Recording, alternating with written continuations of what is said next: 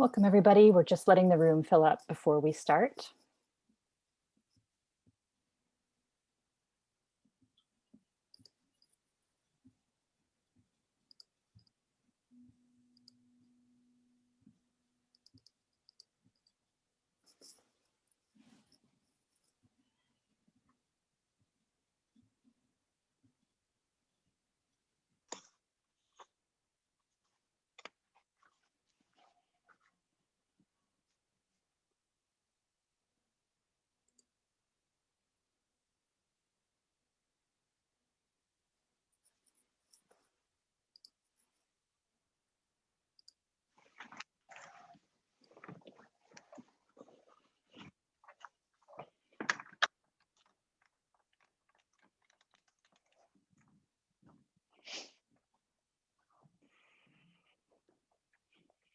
Just giving it one more minute and then we'll get started.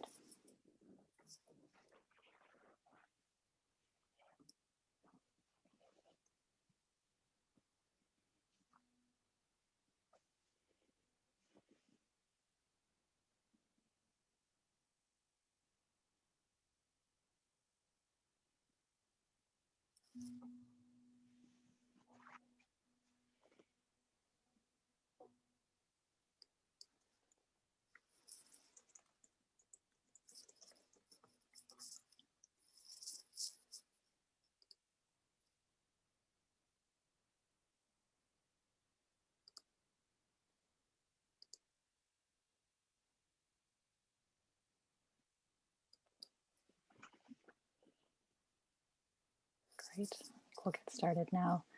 Welcome everyone to tonight's event, which focuses on Sephardi family histories of the Holocaust. We are delighted to welcome Professor Sarah Abrevaya Stein and Francois Matarazzo, who will be led in conversation by Dr. Paris Chronakis. We are delighted to be hosting this event in partnership with the Holocaust Research Institute and the Hellenic Institute Center for Greek Diaspora Studies, both at Royal Holloway, University of London. This event is also being hosted as part of our Family Histories of the Holocaust series called Excavation-Confrontation-Repair, which the Wiener Holocaust Library has organized to provide opportunities for participants to gain practical advice on researching their family histories using our extensive collections and expertise. The event series is also designed to consider the place of family history within the wider context of the history of the Holocaust. This panel, which explores Sephardi microhistories, will discuss the often overlooked history of Sephardi Jews brought to light by new works by Sarah Stein and Francois Matarazzo's family. Paris has developed a wonderful thematic approach to discussing these rich books. So to leave as much time as possible, I'm not going to go on for too long, just the usual practical housekeeping. We're keeping everyone on mute. So if you have any questions or comments, I see people are already sort of logging in where they're logging in from, please feel free to post those in the chat and you can find that at the bottom of your screen. If you have any technical difficulties, please feel free to send me or my colleague Tom a direct message and we'll try to help. We've also turned on the auto caption, so if you need that, you can find it at the bottom of your screen. The event is being recorded and we'll put this on our YouTube channel as soon as we can, and you will not be recorded, so your camera won't show on screen. So now to tonight's speakers. Sarah Abrevaya Stein is a historian, writer, and educator whose work has reshaped our understanding of Jewish history. Her commitment to research is matched by her love of teaching. At UCLA, she is professor of history, the director of the Alan D. Lev Center for Jewish Studies, as well as the Viterbi Family Chair in Mediterranean Jewish Studies. She is the author or editor of 9 books, including Family Papers, A Sephardic Journey Through the 20th Century, and has received many awards, including the Sammy Rohr Prize for Jewish Literature, 2 National Endowment for the Humanities Fellowships, a Guggenheim Fellowship, 2 National Jewish Book Awards, and the UCLA Distinguished Teaching Award. François Matarazzo is a writer, researcher, and consultant with 40 years experience in community-based arts development. He specializes in practice-led research, especially on the impact of culture and in organizational support across the cultural sector. He's worked for international agencies, national and local governments, foundations, and cultural organizations in some 30 countries. His work has been widely published and translated. His father and grandfather's accounts have been published in Talking Until Nightfall, Remembering Jewish Salonika, 1941 to 44.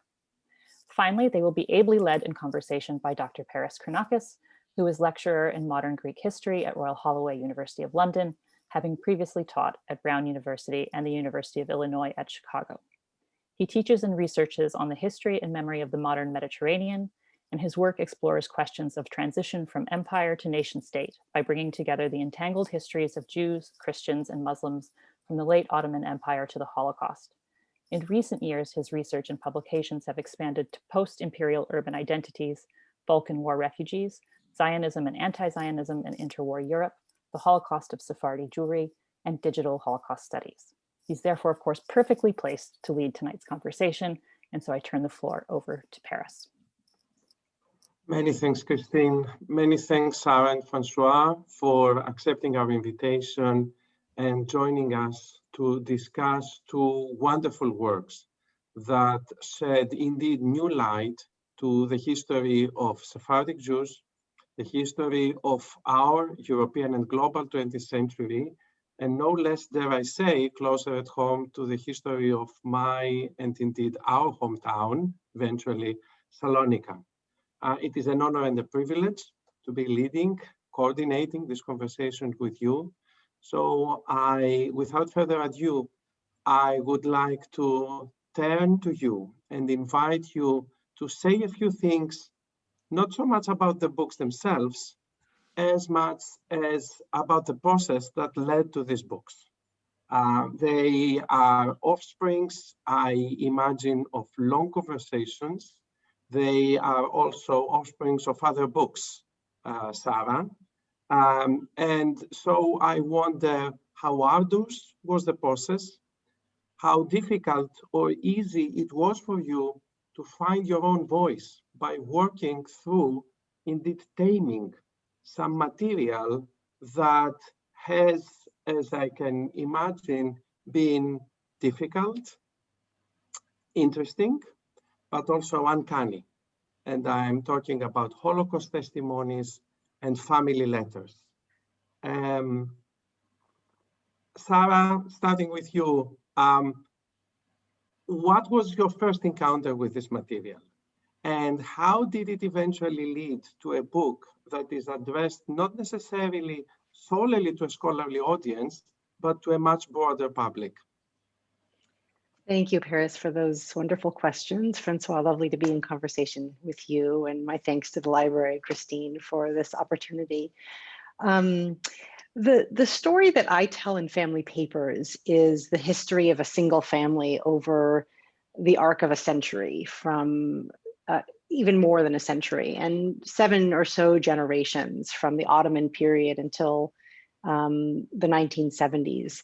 And for me, this exploration began, and I should specify to begin that this is not my family, in contrast to the other wonderful book that we are exploring today. My encounter with this family then was not through genes, but through research.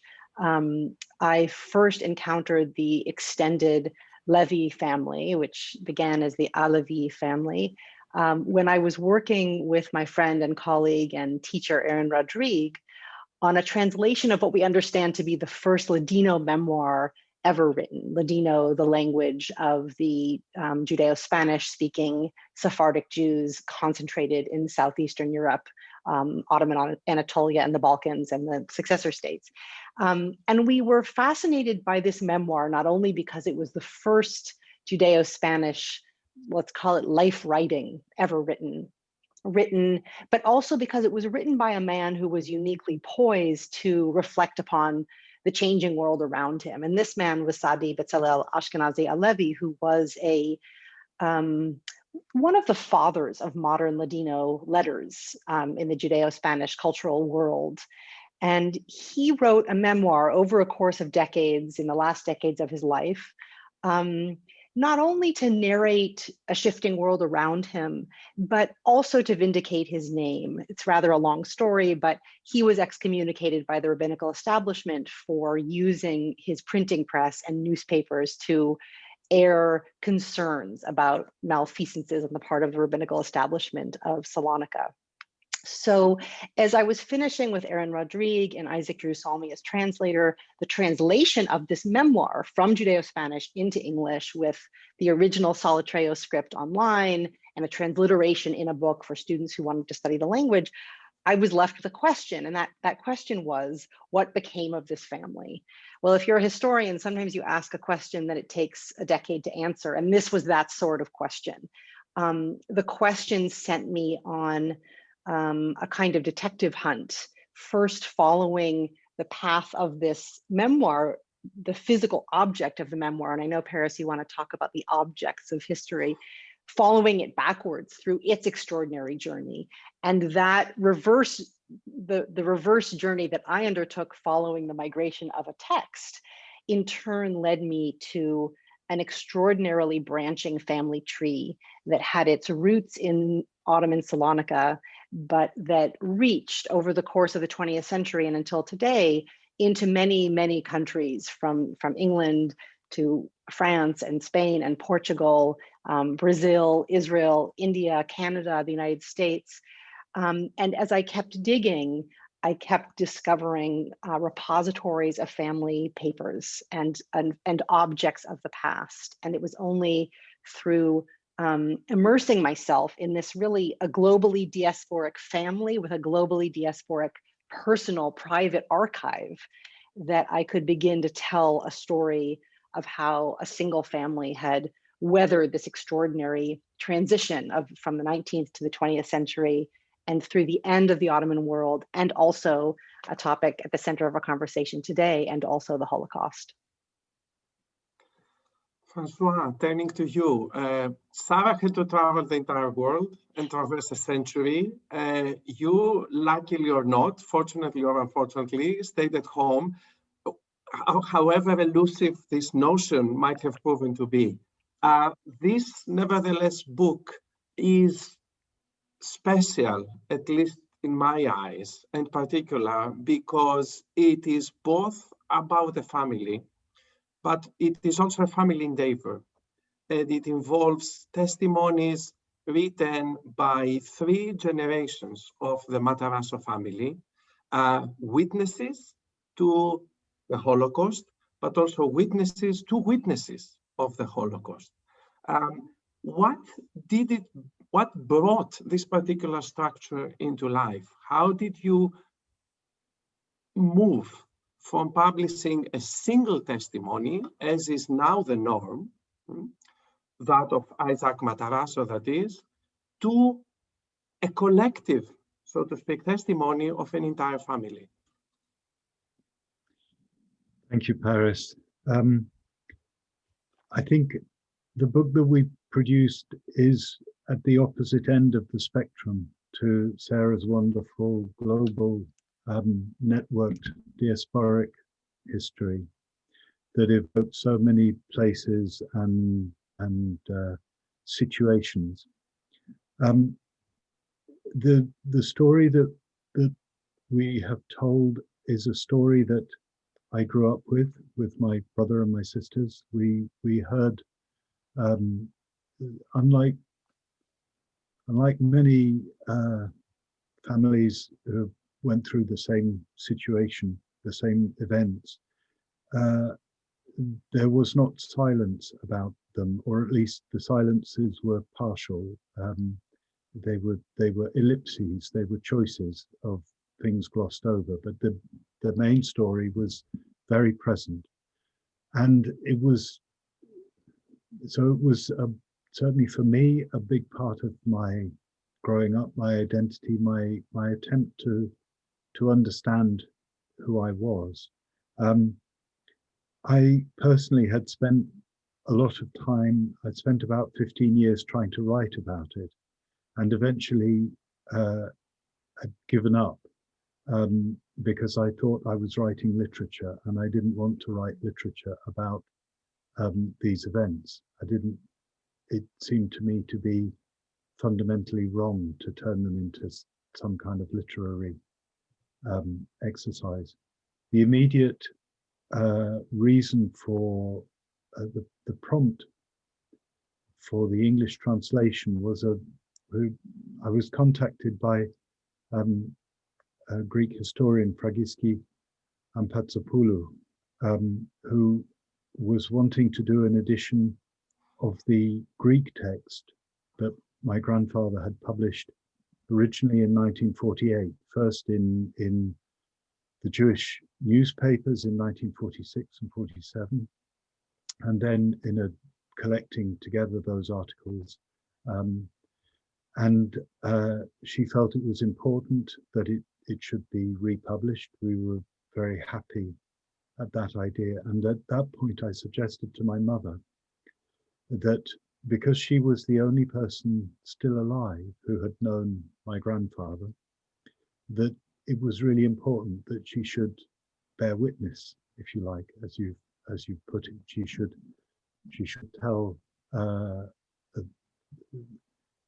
something about the character of the witness, because I think this is an important question. As these events move from memory into history, they are undergoing new challenges, and it's very important to testify to the integrity of the witness as well as of the document. And that is how, in working with my mother on that, it ended up being this, as you say, multivocal publication in the end. So let's turn to questions of voice, because as I was reading them, I realized that these are indeed polyphonic works that bring to the fore many and many different voices, be that letter writers and correspondents, be that witnesses or witnesses to witnesses. And these works are therefore essentially dialogical in character. They therefore do justice to the incommensurability of the Holocaust or of Jewish history in the 20th century more generally. But there are also works that deal with silences, that grapple with silences. And this, I think, is particularly true with your book, Sarah, at the heart of which there lies a silence, a family secret of sorts, but also the secret or the shame of an entire community. And that is the story of Vital Hasson. Could you tell us a few things about the way voices and silences are both structuring your narrative and also determining it? Yeah, wonderful question. Thank you. Well, I made the decision after many, many months and years of immersing myself in the documents of this family, and they are polyphonic. They are written in many voices, in many generations. I made a narrative decision, and that narrative decision was to organize the book somewhat in a chronological fashion, but with each chapter representing a person, not in their voice, because it remains a work of nonfiction, and I never wanted to put words in anyone's mouth, but it follows the story of a family forward in time by chapter, following the movement of people through their lives and through the life of a family. Many people in the book appear more than once, but there are some people who appear only once for exceptional reasons. And one of the reasons I made this decision was because as a scholar of Jewish history, I'm familiar with the fact that there are some historical figures who, let's say, are very noisy. They wrote a lot. And this was a family that included printers and writers and journalists and very opinionated people, especially the men, but some of the women as well wrote and left a great deal. But to privilege the writers would have been to overlook other characters who were sort of, so to speak, quieter in the historical record.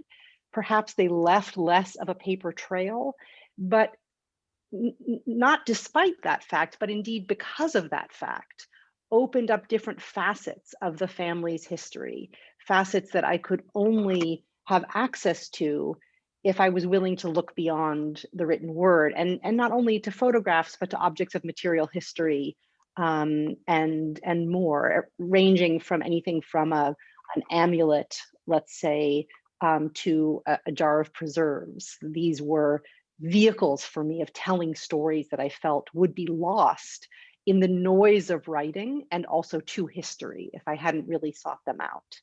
Now, when it came to Vital Hassan, there was indeed a family secret, and I'll briefly explain who this man was. He also appears in François's book and was important to his family. Vital Hassan was a descendant of the patriarch who I mentioned earlier, who was known by his first name, Sadi, the one whose memoir I translated earlier. And during the Second World War, he served as the Nazi appointed head of the Jewish police of Salonika.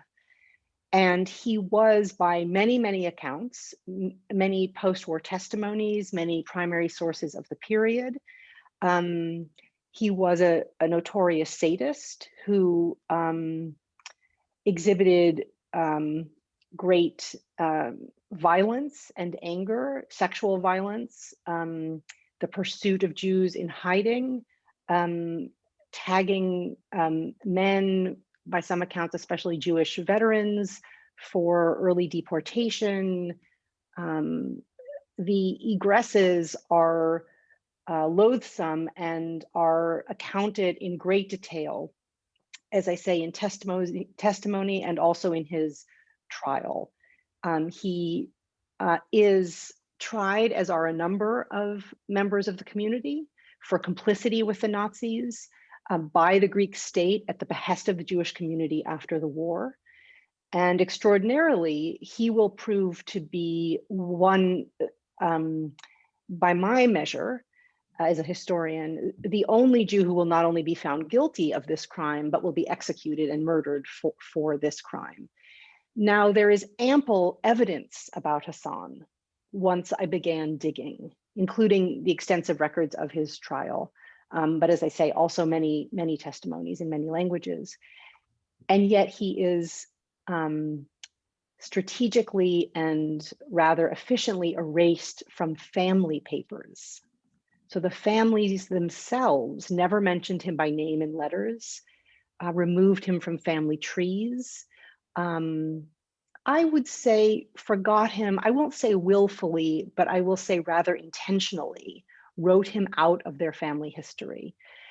And yet, after the war and during the war, the extended family is very wrapped up in his fate. And they are certainly very wrapped up in his fate during the deportation process and after the war, when among the very few survivors to return to Salonika after deportation will be his sister, his wife, and his father, and his very young daughter, who is herself a character in this book. And they all were present in Salonika for his explosive trial, and therefore also in time were in Greece at the time of his execution. So this discovery presented me with a number of conundrums, really, how to handle the discovery of a family secret, which I felt as a professional historian, it was not my place to hide. Yet at the same time, the research for this book required me to develop intimate, close relationships with members of the family who I came to know over many years and who warmly invited me into their homes and shared with me their materials. And I knew that this was a trauma for the family, some more than others, because some were more distant to him than others. But it is also a trauma, as you say, Paris, for the community of Salonika, who was very wrapped up in an extraordinary story of his multiple escapes from the law at the near end of the war, and who watched his trial carefully and who demonized him, along with Rabbi Tzvi Koretz, who served as the head of community, as a sort of intercessor between the community and the Nazi occupying forces during the war. He is demonized. So I was not willing to silence his story, nor that of the various associates who are wrapped up in this dark, dark history. But to fill this gap, not only required as a researcher reading against the grain of the papers themselves, but also as a writer required me to think very carefully and I hope sensitively about how to represent a family's very dark chapter when I knew it to be unknown to the living descendants. Hassan, and your mention of courage brings me to Isaac Matarasso's narrative. Matarasso's account is one of the first, if not the very first, comprehensive narrative of the Holocaust as it unfolded in Salonika. So what actually startled me when I was reading it, actually I think for the third time today, was how many of the staple elements of the narrative that has come to be the hegemonic, the dominant narrative today are already there. The centrality of the chief rabbi of Salonika, Tzvi Koretz, and his unintended complicity or involvement in the deportations, the passivity of the communal elite, the marriages at the ghetto, the weddings that were taking place, the prominence of Hassan and his depiction as a sadistic, inhuman, and shameful for that reason Jew. But on the other hand, what we have here is Isaac Matarasso, in the book that is Isaac Matarasso speaking through many different authorial voices, dare I say. There is obviously Matarasso who writes the report and is the Matarasso we know. But then there are the stories from the ghetto. And then there are the pre-war reminiscences of his residence in Toulouse in France. And so whereas Sarah deals with many different voices, many different coming from many different people of the same family. What we have, and I find this incredibly unique, is the fact that there is a single survivor speaking through many different narrative devices, through many different voices, that is. Almost a postmodern Van La Letter in some ways. So, who is the real Matarasso then? Or how many Matarassos are there for the reader to discover and appreciate? I think it's very interesting and very perceptive that you recognize those different voices. I think the voices are, for me, they are shaped by Isaac's sense of responsibility and what he is doing. So the first thing to say is that some of what we have now published was not published by him. So most of the most personal testimonies, the pen portraits of people who were friends and who did not survive, he never published. He wrote them for himself. And they are very different in tone and in feel. I think that what began as a series of press articles in 1946, he was writing at a time when he had been charged with the responsibility for organizing medical services for the shattered community and the survivors, those who had come back from the camps. He had already, before the war, been been a member of the of those same Jewish social organizations, particularly around medicine.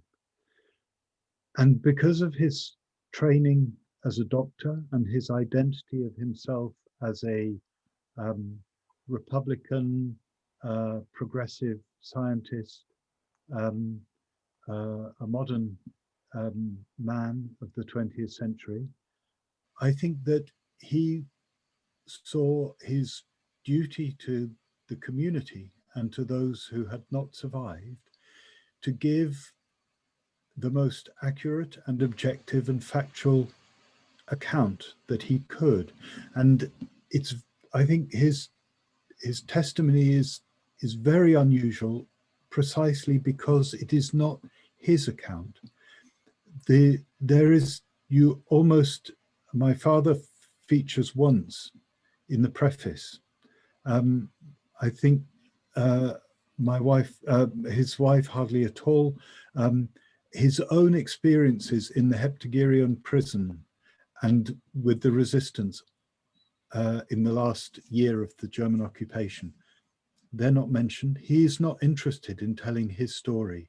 He is telling the story of a community. But then that makes the moments when he talks about the failings of the Jewish leadership or of the behavior of Vital Hassan, or sometimes of the German war criminals and their actions, he speaks with an almost prophetic rage. I say a prophetic anger that is in a biblical sense. Because again, it's, I'm sure there is personal anger, but it is anger on behalf of humanity and on behalf of the community specifically. And I think that those voices make it a very unusual document and difficult. I know for my mother, who translated it into English, difficult to find the right tone.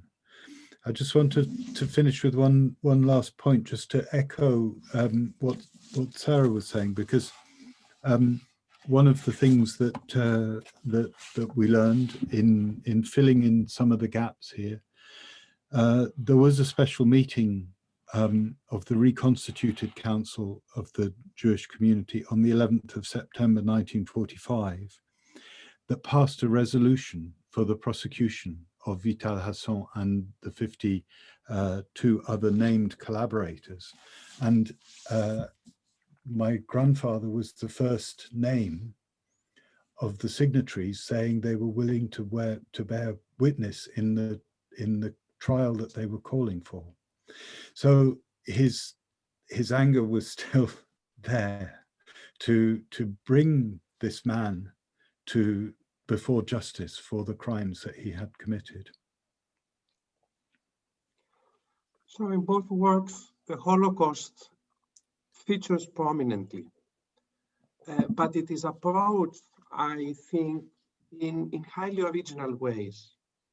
Sarah, in kaleidoscopic ways, that is, bringing out its irreducibility. Sarah narrates the Holocaust as it was experienced by different members of the Levi family in Salonika, in France, in Portugal, even in England. Whereas, François, your work invites us to look at the Holocaust in Salonika as it was commonly experienced by members of the Matarasso family, Isaac, the father, and your grandfather, Robert, the son, and your father, and André, who remains at the margins, your grandmother as well, but whose perceptions of the same events were very different. And following up on the previous question, your work also makes clear how we need very many different languages, very many different narrative styles, even employed by the same person, that is Isaac Matarasso, to make some sense of what went on, to get some sense of the Holocaust. But the two books are also about what happens after the Holocaust. And they treat the post-war decades not as a coda, not as an aftermath. They move them, that is, out of the shadow of the Holocaust in some ways, and give them their due weight, their due importance. This is more prominent in your work, Sarah, I think, where you dedicate enough space and time in discussing the fate of those members of the Levi family whom you call survivors after the Holocaust. And nevertheless, François moves on to actually discuss briefly the story of Robert and Isaac and your family after the Holocaust, but makes a very perceptive, I think, observation in passing, where you note that Robert, your father that is, never considered himself a survivor to begin with, and he actually refused to use this very term. So to bring these two books together, how can we think of Jewish life after the Holocaust? And how can we tell the story of it, Sarah? That is such an enormous question. I think that the members of this family whose lives carried on in the post-war era were many, and they were spread across many national contexts and continents, and their lives varied tremendously. Most were Jewish, not all were raised Jewish. They spoke different languages. They were immersed in different communities and cultures. They had a different sense of their relationship to the past. They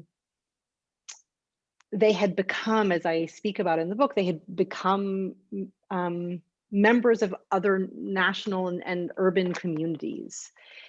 But there was a way in which Salonika continued to serve as a magnet for them, at least until the end of the 1960s. People continued to write letters to those who had returned to the city. They returned themselves. They wished to return, but didn't or couldn't bring themselves to, or health got in the way. And I think there was something about, for the generation that had been born in Salonika before the war, Salonika itself served as a kind of glue that tied them together, even beyond the glue of family. That shared experience of the city that was their home, what one of the members of the family called their family nursery, it continued to bind them together. And the moment at which, in my eyes, the family really fractured was with the passing of that generation in the 1970s, let's say, besides those who perished in the Holocaust, who knew Salonika, pre-war Salonika, as home. Once that shared experience was not passed to the next generation, I don't mean to say that they were any less connected to their past. I don't mean to say that their past wasn't honored. They might still have visited, but the relationship they had one to the other, I think inevitably became a bit diluted at that point. So what did it mean to live in the post-war era? I mean, I have a section of the book that is referred to as Survivors, which weaves together the story not only of those who actually physically survived the Holocaust, but to those members of the family who were shattered, but who had not themselves physically experienced it. I think of one man, Leon Levi, who lived in Rio de Janeiro, who was a prolific letter writer, the most prolific of his family, and he saved everything he received, and he saved everything he wrote in draft form. And during the war and in the immediate aftermath of the war, his letters betray how he is struggling to understand just the historical contours of what had unfolded.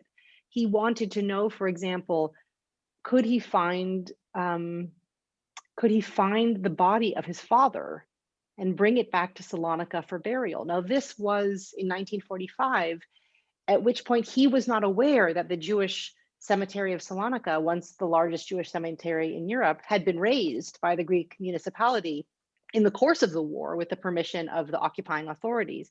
Nor did he know with certainty at that point that his father had perished in a death camp in Auschwitz, which indeed he had. So he had this sense that he could rehabilitate his father, which was, as we know from with hindsight, was fantastical.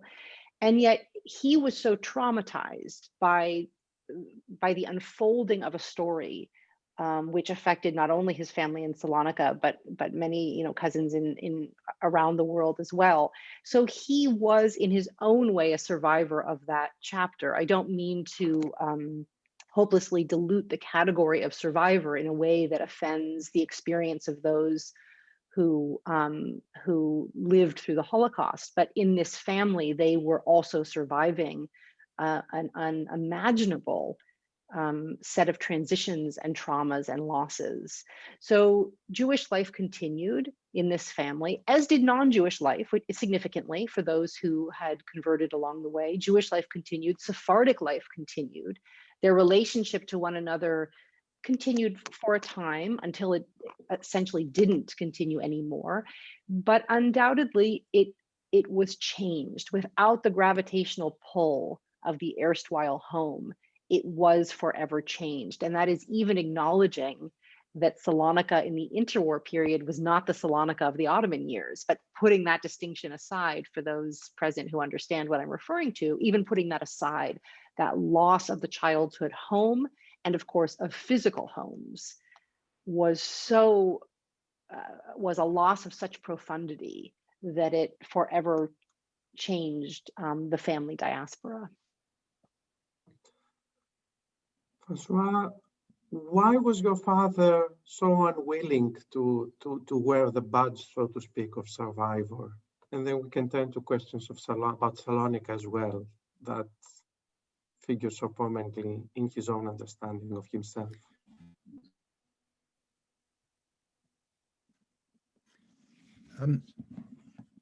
I think it's partly what I explained in what I wrote, that like other members of the family in the period after the war, he had decided, more or less consciously, I don't know how consciously, but he had submerged the Jewish part of his identity. He left Greece during the Civil War and applied for French nationality through his mother, late, and that became the flag, as it were. Being French became the identity that he most consciously, I think, or most overtly acknowledged. So although he spent 25 years living in England, he was always called Robert, even by English people. I think he was returning to those stories, and he was trying to write about his experience towards the end of his life. He died young.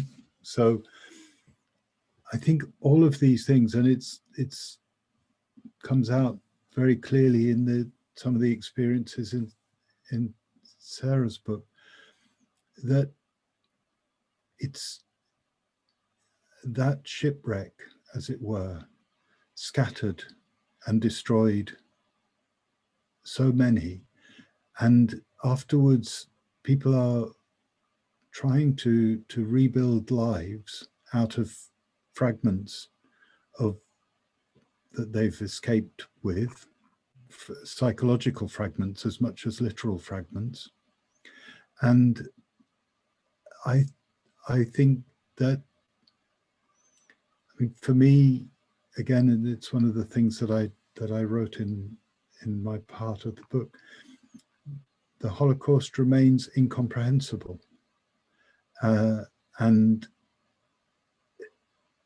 it's useful to accumulate experiences, but in the end, we're talking about 6 million people and many millions more whose lives were shattered but survived, and that is an incomprehensible reality. But then for me, the reasons for it remain incomprehensible, and so that is the legacy that I think my father and anyone who went through it or was touched by it is left with and cannot put down, because it's not a resolvable legacy. Well, by way of conclusion, I would like to take this conversation back home, so to speak, and ask you about Salonika. Being a Salonican myself, it features prominently on your books. These books are as much about diasporic, scattered families as they are books about the city. A city that is approached as a physical space where stories, traumatic stories, painful stories unfold, as well as a point of departure and return, a city from which Jews leave, either to study in Toulouse or to settle in Brazil, as well as return, as Sarah has very eloquently put it. But Salonika is also a lieu de mémoire, a place in the memory of those people. And finally, an emotional anchorage. It is what people carry with them, wherever they are. It is a place of the living, and it is a place of the dead. And indeed, in one of the most, I think, heart-wrenching lines in your book, François, your grandfather, Isaac Matarasso, reconstructs this scene where he and his good friend Mordo sit on a hill known as Sheikh Shu, which dominates the city, and contemplated in silence in March 1943 over the vast and famous Jewish cemetery of Salonika, whose destruction was underway for the past few weeks. And they were talking until nightfall, as is the title of the book, while looking at the cemetery, about the dead as well as the living. So I wonder, you have also both visited Salonika, you have been in Salonika. So I wonder, what is eventually Salonika in your works, and also perhaps in the lives of your protagonists and your own lives? Is it that is a topos, a physical space, a location, or is it also a trope, a way that is to talk about things, to talk about memory, pain, destruction, belonging, even the joy of life? And if it is so, is there a danger at the end of the day of exoticizing Salonika, of making Salonika one more exception? Sarah? Well, I think for the family whose story I'm writing, Salonika is many things. It is a homeland. It is an inheritance. It is a memory. It is mythic. It is a backdrop for photographs, the White Tower again and again. It is a place to visit for heritage tourism as well as for recreation. It's a site of trauma and it's a site of pleasure. And in this, I think, and here is where my own perception of the city comes in this, I think it may not be so very different from any place that any diasporic family and any Jewish diasporic family, Sephardic or otherwise, holds dear. I think that we could tell a similar story about Vilna or Essaouira or Marseille. And yet each one has its own watermark. And Salonika's own watermark, and here I really take the long view of the historian, not the lifelong view of a single person represented in the book. Salonika's watermark is a very complex one, and it's multi-layered, and it involves a great deal of diversity and vivacity that is actively squelched with time.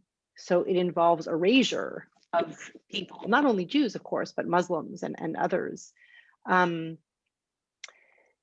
It has, I think, and here I would really concur with my colleague and friend Devin Nahr, who's written so beautifully about Jewish Salonika. It has an Ottoman presence long after the empire has ceased to exist. So in my eyes, the city is Jewish, it is Mediterranean, it is Ottoman, it is Greek, it is mythic, it is lived, it is fictional. But in all of this, I think ultimately it's also a human place. It's also a place of landscape and light and landscape and more, but it is a place with which people interact over the course of their lives and over the course of generations.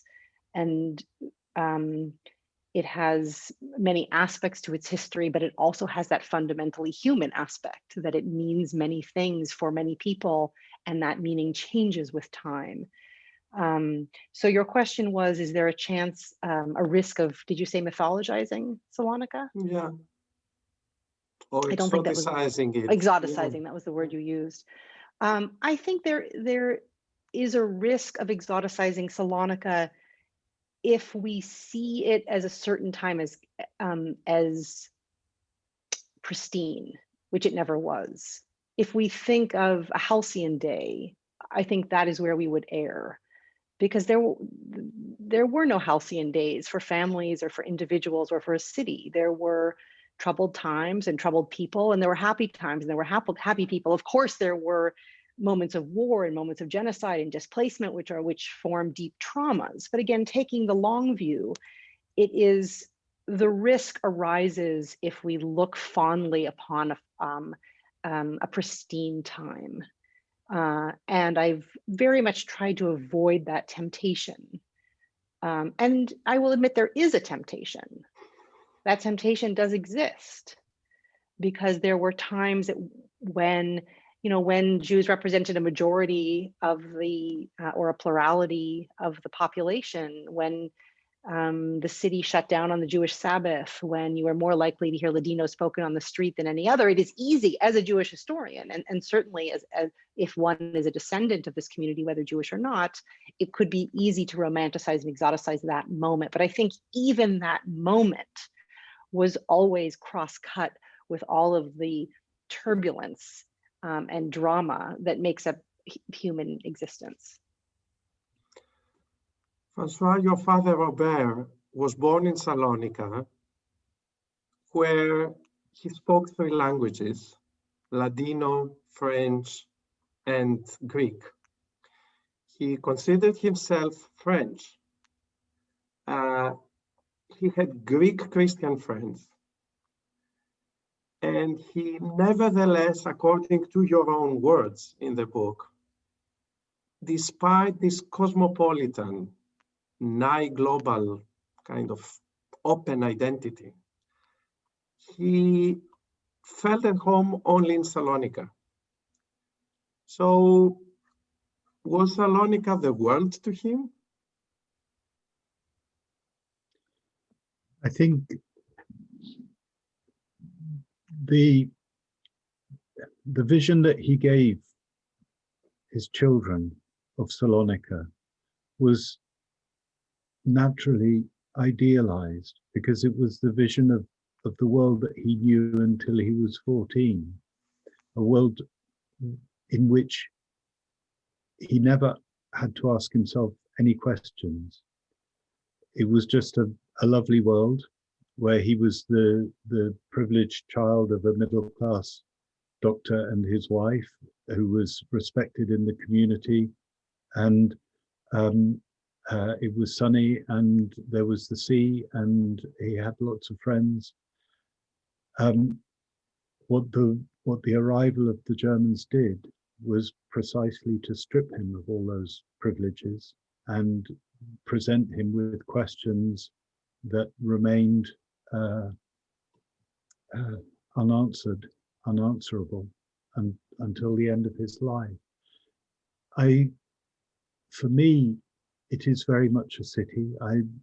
Sarah writes in her book about people returning in the 50s and 60s when the city is already changing, but actually there's a lot that doesn't change, because you can't change the scene, you can't change the sunlight, you can't change the food and the smells and things like that. Yes, the buildings might change, but there are deep atmospheric things. And then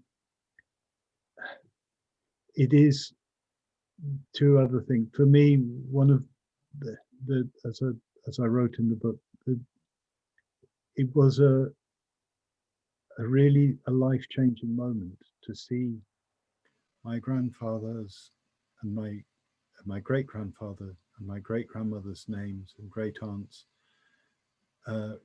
inscribed on the wall of what's now the Jewish primary school, but was at the time a refectory for poor children. And suddenly to see, it was extraordinary that these stories, which had seemed so private, because until I went to Salonika, they had been really between me and my father, as it were. They'd been things he'd told me. To suddenly see them inscribed on the walls of a city, so that the history is not our history, or not just our history, our family's history. It's the city's history. And a final word, which echoes some of what Sarah has just been saying. For me, I know I idealize Salonika, but in a different way. I idealize the Salonika that my grandfather left in 1911, when he left as an Ottoman subject to go and study medicine in Toulouse. I idealize that city because it had managed to live, not always comfortably, not always easily, but it had managed to live with the most extraordinary cultural diversity for centuries already. And our century, the 20th century, we destroyed all of that, not only in Salonika, but in Warsaw, in Gdansk, in everywhere, all across the continent. All of those places where people had found ways to live together with their differences were destroyed in the most brutal way imaginable. And so it remains an idealized soul of the kind of Europe, the kind of world that we should be working to live in. If I can say just a few final words, I think these are the kind of worlds that the two books bring back into life. At some point, François mentions that memories are lost if they are not turned into history. And your two books definitely do that. But because of the material you have worked with, it seems to me that the exact opposite is also, if not more true, that history is, if not lost, is certainly very dry if it is not turned into some sort of a memory. The memory of the characters whose lives you narrate, and eventually the memories of us, your readers. And we therefore keep those works into our minds and hearts when it comes to me. And I, for one, am thankful for that to both of you. So thank you very much. Thank you very much for the invitation. It's been an honor to be here. We've just got to our time. Thank you so much, all three of you. We do have just 2 questions. If everyone can stay on for another 5 minutes, you might be able to address them. One is perhaps more straightforward, and I don't know if Paris, you'd like to read them out. Yeah, the first comes from Artemis Alkalai. Thank you very much, Artemis, for this question. She asks whether the books will be translated into Greek. Isaac Matarasso's memoir, and indeed the memoir of Pauline Matarasso, the reflections of François, and the testimony of Robert have indeed been translated into Greek by Alexandria Publishers in an edition edited by Francisca Bazopoulou. I think is a work in progress. Work in progress, I'm hopeful. And we are too. And then there is a second question from Evie Cohen. She asks, so she offers some information about the destruction of, oh, sorry, this is personal. Okay, sorry. So we can take it later. But it is a question about the destruction of the Jewish cemetery that features so prominently in both works. And there's also a question about, from Achilles, about the methodology. I don't know if you've seen that one. Oh, Paris. no, I haven't. Yeah. Yep. So Achilles asks, when putting the witness's character into research focus, as François mentioned in his introductory remarks, how could we tackle what is called the observer's effect? That is, which is a common obstacle in sociological and anthropological studies. Especially when in this case it might prove exponentially problematic as to Achilles' understanding, that is, we are talking about observing the observer of a historical event. So I guess it's a question about multiple reflections of the past. I'm not sure that I have a very sophisticated answer to that. I would say the book that we produced it's partly about putting documents and records that have been in the family's custodianship into the public record and giving an explanation, as far as we understand it, as truthfully as we can, of what those documents and testimonies represent, in order that then historians can weigh them and assess them. So I think that's a job for historians, not a job for us as the family. We're trying to explain what we're providing. And just one quick correction: the Greek edition of the book only includes Isaac's published writings and the introduction from the biographical introduction of my mother. It doesn't include my father's writing or my own, and those were we decided to include those because of this sense of